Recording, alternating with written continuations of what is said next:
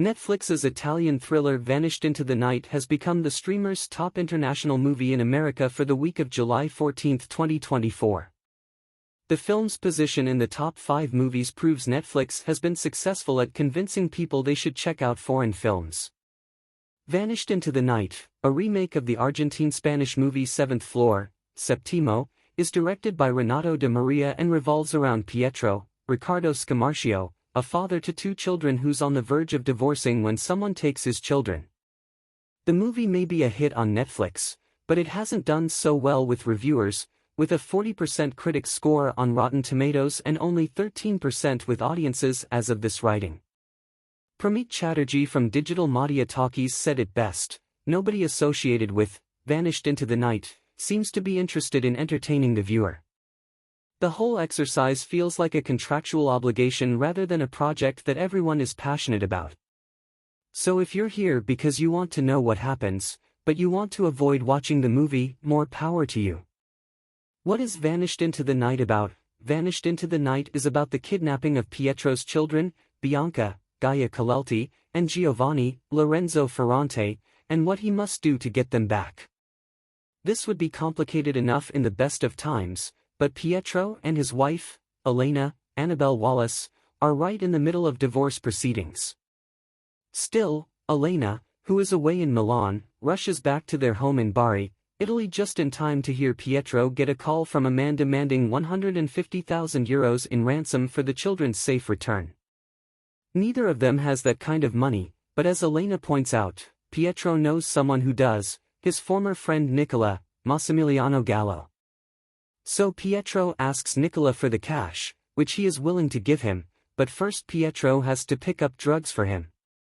Pietro agrees, and the middle part of the movie is spent on his drug run, a tedious, overlong interlude in which everything that could go wrong does, including Nicola pulling a gun on Pietro when he gets back. What happens at the end of Vanished into the Night? Pietro, relatively unscathed, finally gets to Elena's place with the cash for his kids. He walks in, and finds his kids sitting at the kitchen table eating cereal. Needless to say, Pietro is puzzled.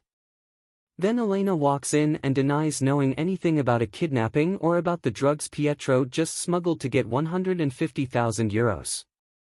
Elena kicks Pietro out, telling him he's crazy, but Pietro knows he's not. While Pietro is driving, Elena sends him a recording she made of him confessing to his drug running. She says she needs him to come to the airport that night and sign letters of consent so she can take their children to New York. If he doesn't, she'll use his confession against him.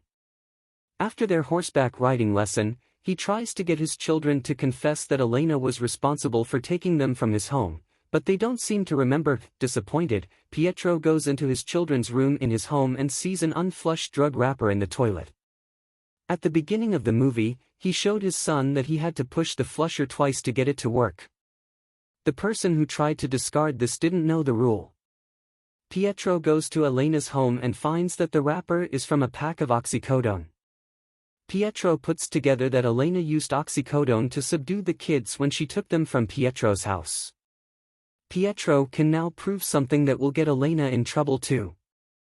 Who do the children end up with? Pietro runs through the airport to find Elena and the kids at the terminal.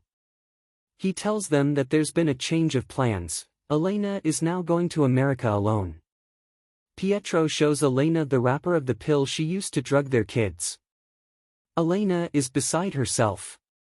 She insists she knew what she was doing, and the children were never in any real danger. But Pietro insists he'll report her if she doesn't leave without them. "What choice did I have?" asks Elena. "You never wanted to come to a compromise or any kind of agreement. I had no way out. This is not my life. I can't live like this anymore." Clearly, Elena has some kind of grievance against Pietro, but it's so vague it's hard to understand what it is. Ultimately, Pietro seems to think he's got more claim to the children now than Elena, and he leaves the airport with them. In the end, as the children have a pillow fight in another room, Pietro seems to see Elena arriving at his house, but the figure is blurry, so we can't be sure. The film then cuts to black, so the ending is left slightly open-ended, both because of the blurry figure at Pietro's home and because if Elena thinks about it for a moment, she'll realize she has options too. After all, she still has Pietro on tape confessing to a crime that would send him to jail. If either of them uses what they have on the other, it will be mutually assured destruction. Even if their evidence doesn't hold up in court, it's enough to tie them both down for a time, something neither of them want. This seems like it would at least get them talking about a compromise, as Elena wanted, even if the kind of compromise she wants is left unclear.